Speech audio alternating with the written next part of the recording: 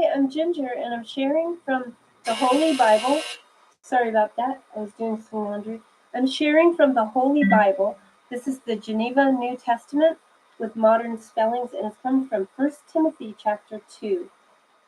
I will therefore that the men pray everywhere, lifting up pure hands, without wrath or doubting. Likewise also the women, that they array themselves in comely apparel with bashfulness and modesty, not with braided hair or gold or pearls or costly apparel, but as becomes women that profess the fear of God with good works. Let the woman learn in silence with all subjection. I do not permit a woman to teach, neither to usurp authority over the man, but to be in silence. So I looked up this word silence. It's talking about how we are not to be bustling about.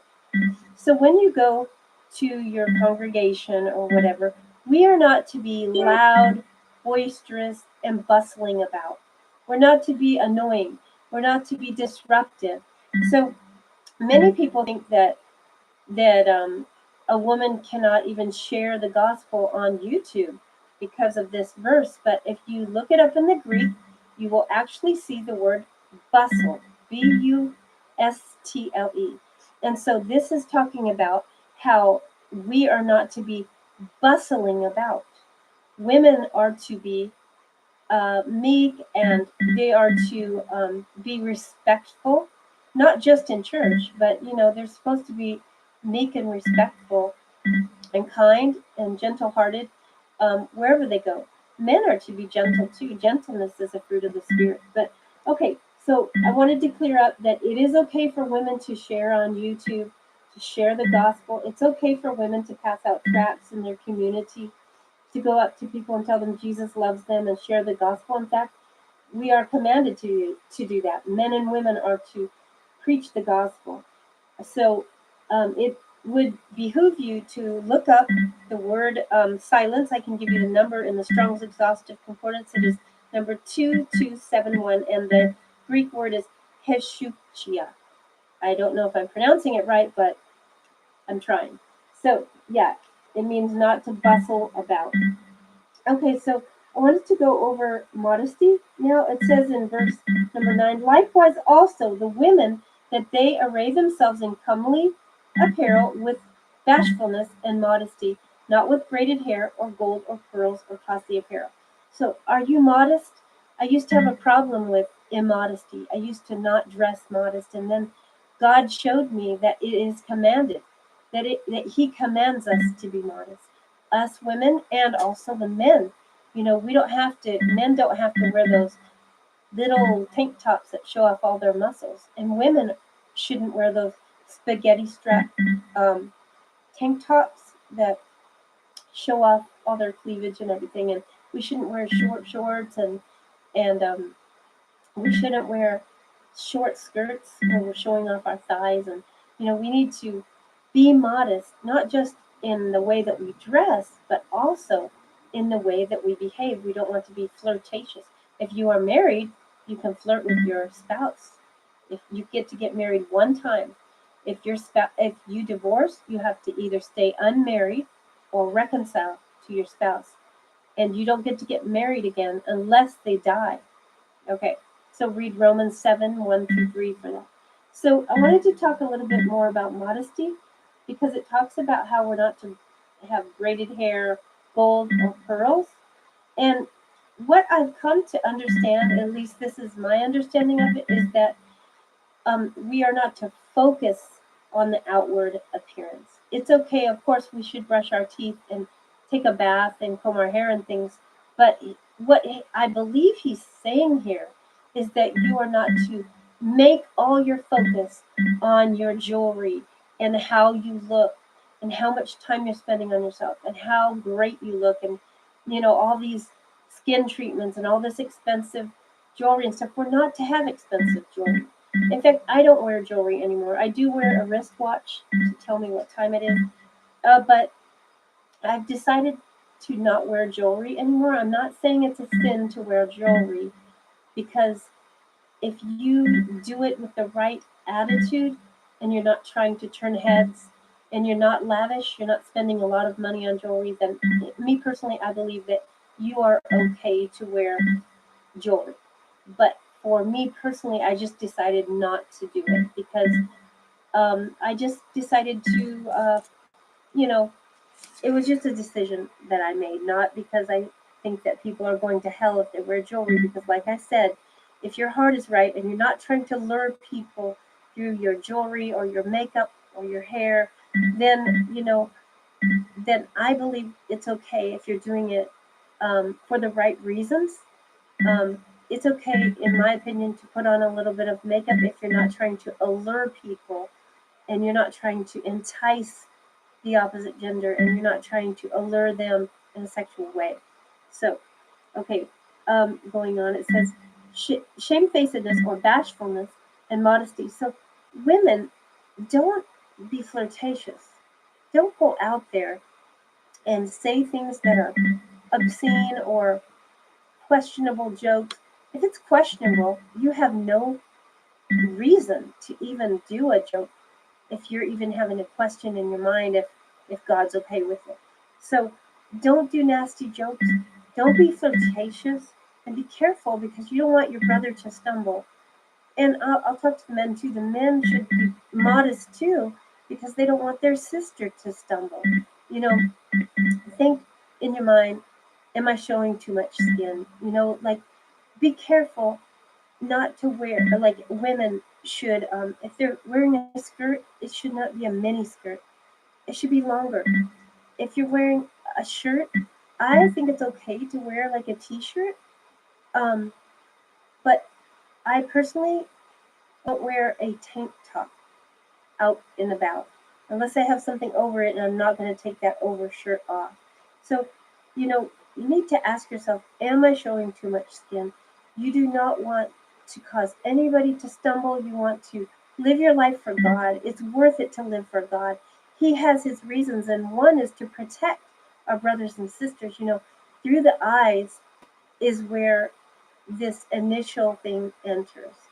If a guy sees a girl that's not dressed all the way, maybe she's showing her cleavage, or maybe she's in a mini skirt showing her thighs, and the guy looks, he may have a lustful thought that he has to try to cast down.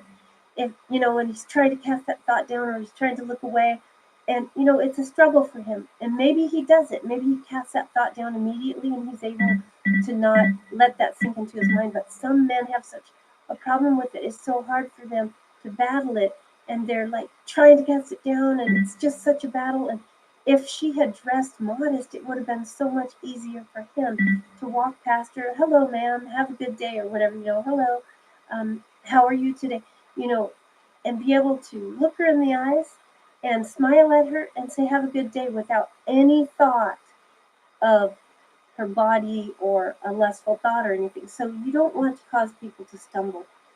So when it says, I'm going to read, likewise also the women that they array themselves in comely apparel with shamefacedness or bashfulness, and modesty, not with braided hair or gold or pearls or costly apparel. Do not spend a lot of money on clothing. Go to cheap places. Like Ross Dress for Less is a great place to go if you need to get something.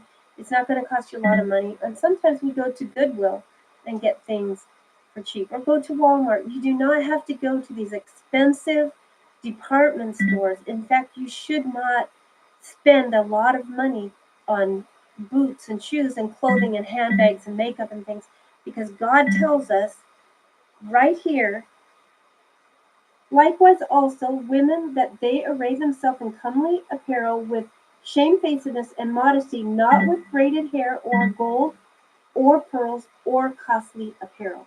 God does not want us to spend a lot of money on costly apparel.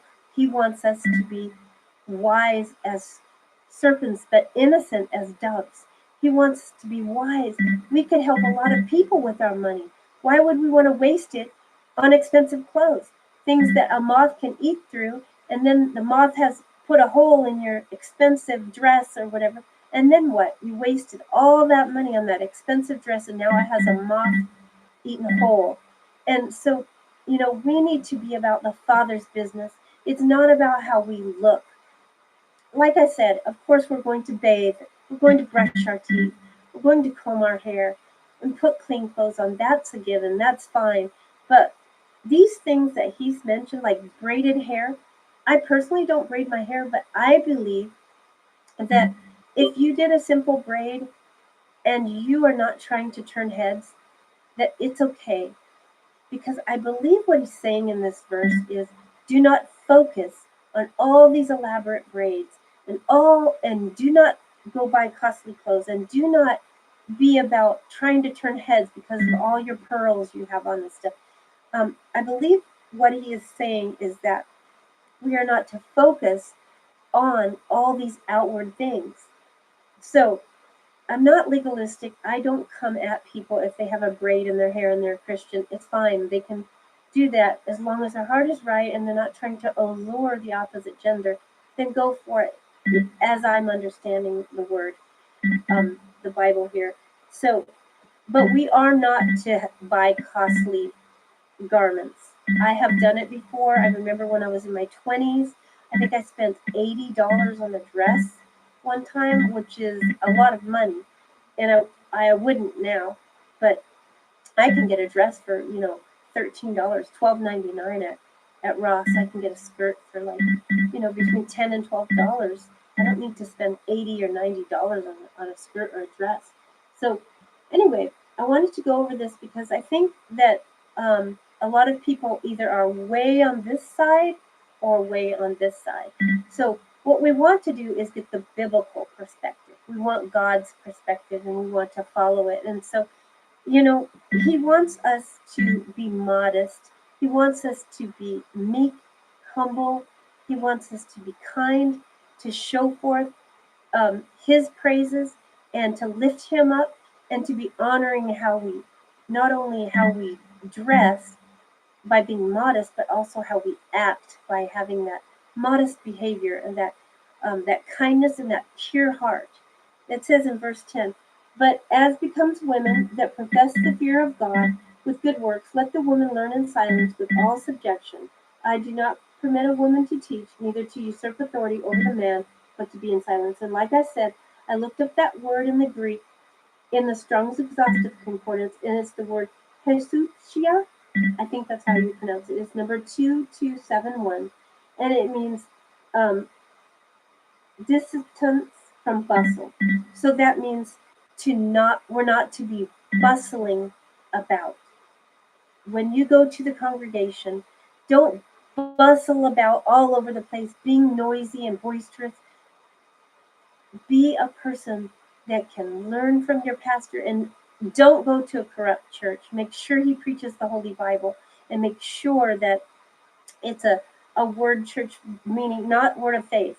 Do not go to a word of faith church. Those are corrupt. But what I mean is that they preach the word of God, the Holy Bible, that they are not preaching a watered down gospel. Make sure they're not into the money gospel and make sure that they teach you the biblical grace. For we know we're saved by grace through faith. It's not of ourselves, it's a gift of God, Ephesians 2:8 and 9. But also they should be preaching things like Titus 2:11 through 12. I'll paraphrase. The grace that brings salvation teaches us to say no to ungodliness and worldly lusts, to live soberly and righteously in this present world. Thank you for listening. God bless all who seek after God with all their heart, mind, soul, and strength.